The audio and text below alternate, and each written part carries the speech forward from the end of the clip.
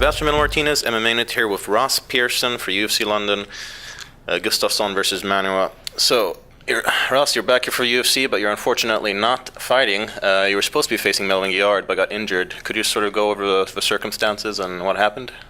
Well, I blew my knee out in training, unfortunately. Had quite an ongoing injury for a while now with my right knee. Caught up res. I went for a sparring and I kicked the guy and landed funny and hyperextended my knee and blew my knee out. Wasn't pretty. But thanks to UFC, the UFC flew us home because I'd done it in Australia. They flew us home.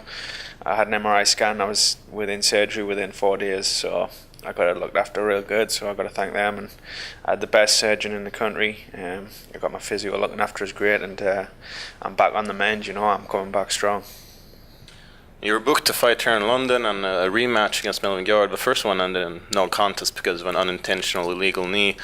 Does that make it feel even harder that the first fight didn't go the way you wanted to, and the second fight ends up being booked extra tough? Yeah, Melvin's like my nemesis. I don't know what it is about the guy, but we should have the best fights that the UFC's ever seen, and it just didn't happen. I feel like we let the fans down, and we hyped the fight up pretty good. And yeah, our styles, we both know we make an amazing fight. So yeah, we will get it. We'll get it on. We'll definitely get it done in the future. So it's just a question of time, and when we're both available and when we're both ready. And I'm sorry to Melvin that I didn't come ready for the fight. I've never pulled out of a fight in my life. I know he wants to fight me. I want to fight him, and it just sucks, man, on both parts. And what's the recovery period looking like for you? When do you think it'll be good to get in the cage again? I'm looking to get back in the cage in the early summer. I know there's a Germany card at the end of May. It's a little bit soon, but with the way my knee's going now, and I'm not too out of shape. I've been in the gym twice a day, every day, 6 days a week. Although it's not doing mixed martial arts training. I'm running, I'm biking, I'm lifting, I'm hitting pads, bags.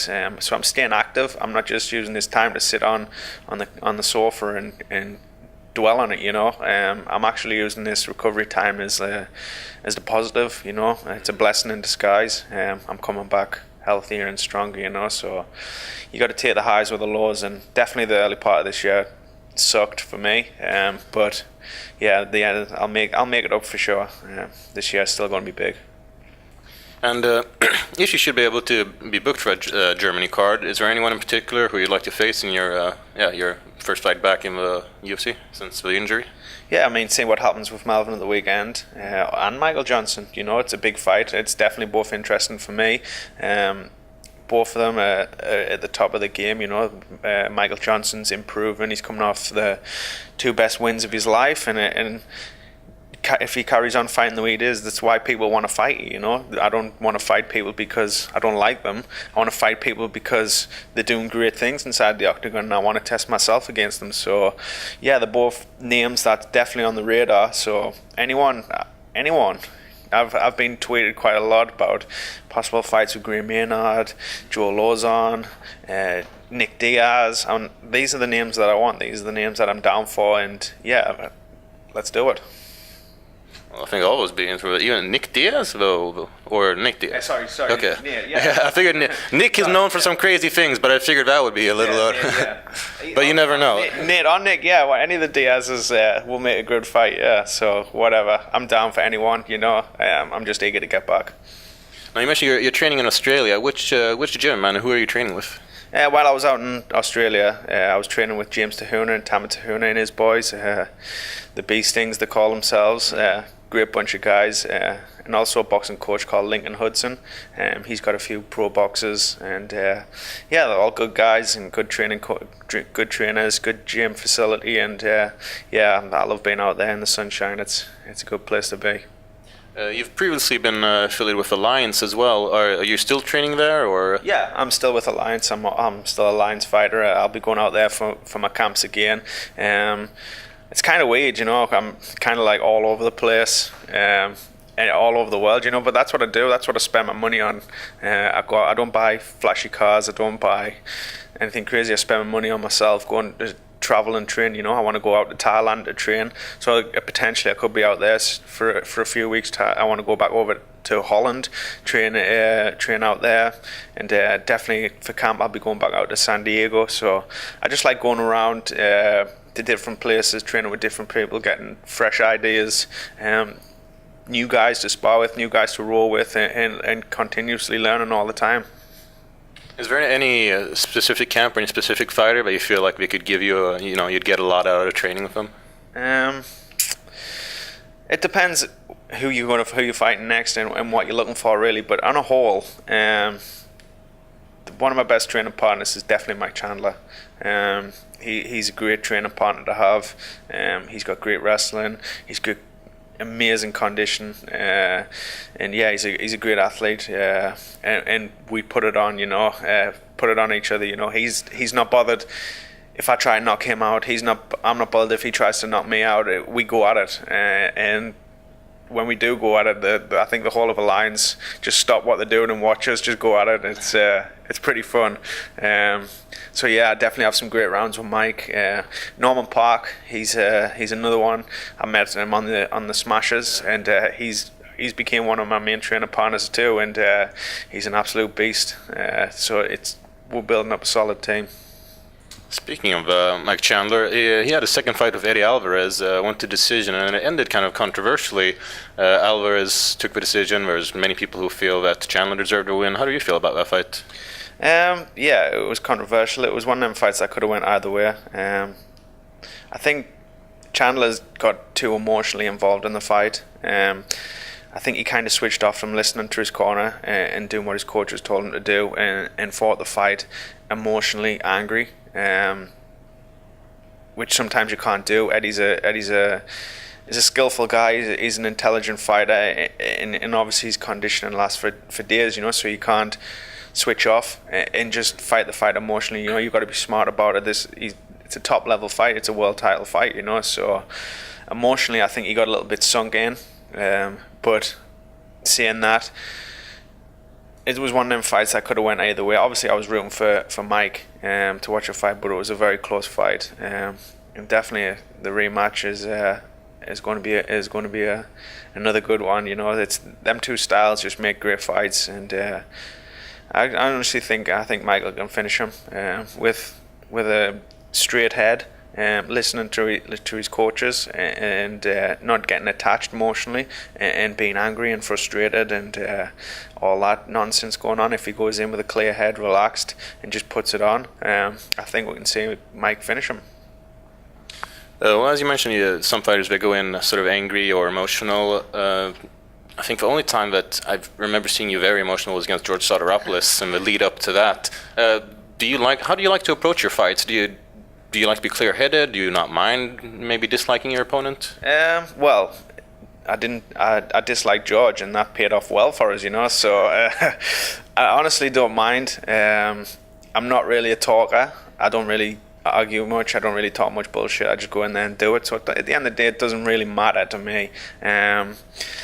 Each fight is different. Each person who you're going to fight carries different things and says different things and does different things. So each one's like a new chapter, and I just enjoy them all. I'm glad that I did fight someone who I didn't really like. So at the end of my career, I can say, oh well, we had one of them. I had a hatred match. I didn't like that guy, and we're not going to like each other if we bump each other in the street. So I've done it, But at the end of the day, this is a sport. This is a competition. I don't want to fight people because I hate this guy.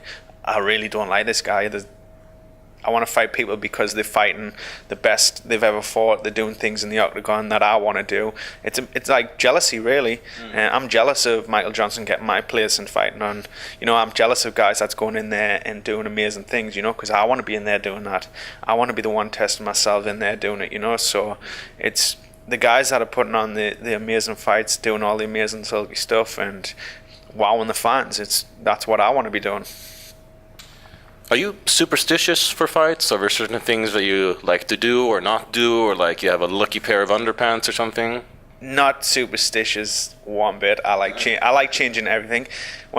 it's weird because at the very beginning of my career, like before the UFC, I was really superstitious. I had the same workout song, I had the same gloves the whole time, I had the same color shorts, and I just grew out of it. I just like, this is bullshit. Like I said, every fight's different.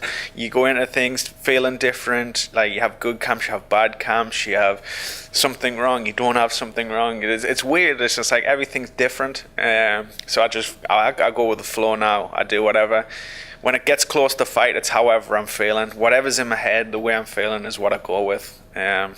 So now I just change whatever I feel at. The newest one that is weird, but what I've really been doing for the last few camps is the start of every camp, I get new boxing gloves, new shin guards, new head guard, but that's the only thing I think. For some reason, I think a boxing glove will only last one training camp. When I'm pretty sure it could last a few more, but that's. I guess it depends on how you and Mike Chandler go at it. Yeah, I suppose we do go hard, but yeah, that's the only thing I do. I think as I get new gear before each training camp.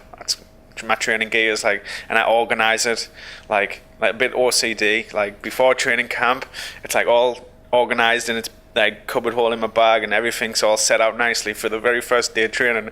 But by the end of it, it's just like a bomb site.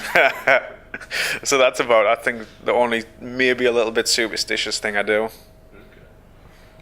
Now, for someone who started out fighting regional shows and working away through Ultimate Fighter, then fighting the UFC main card, even headlining the event in Australia, what advice would you give for like young up-and-coming English fighters, or just young and up-and-coming fighters in general who want to make it to the UFC?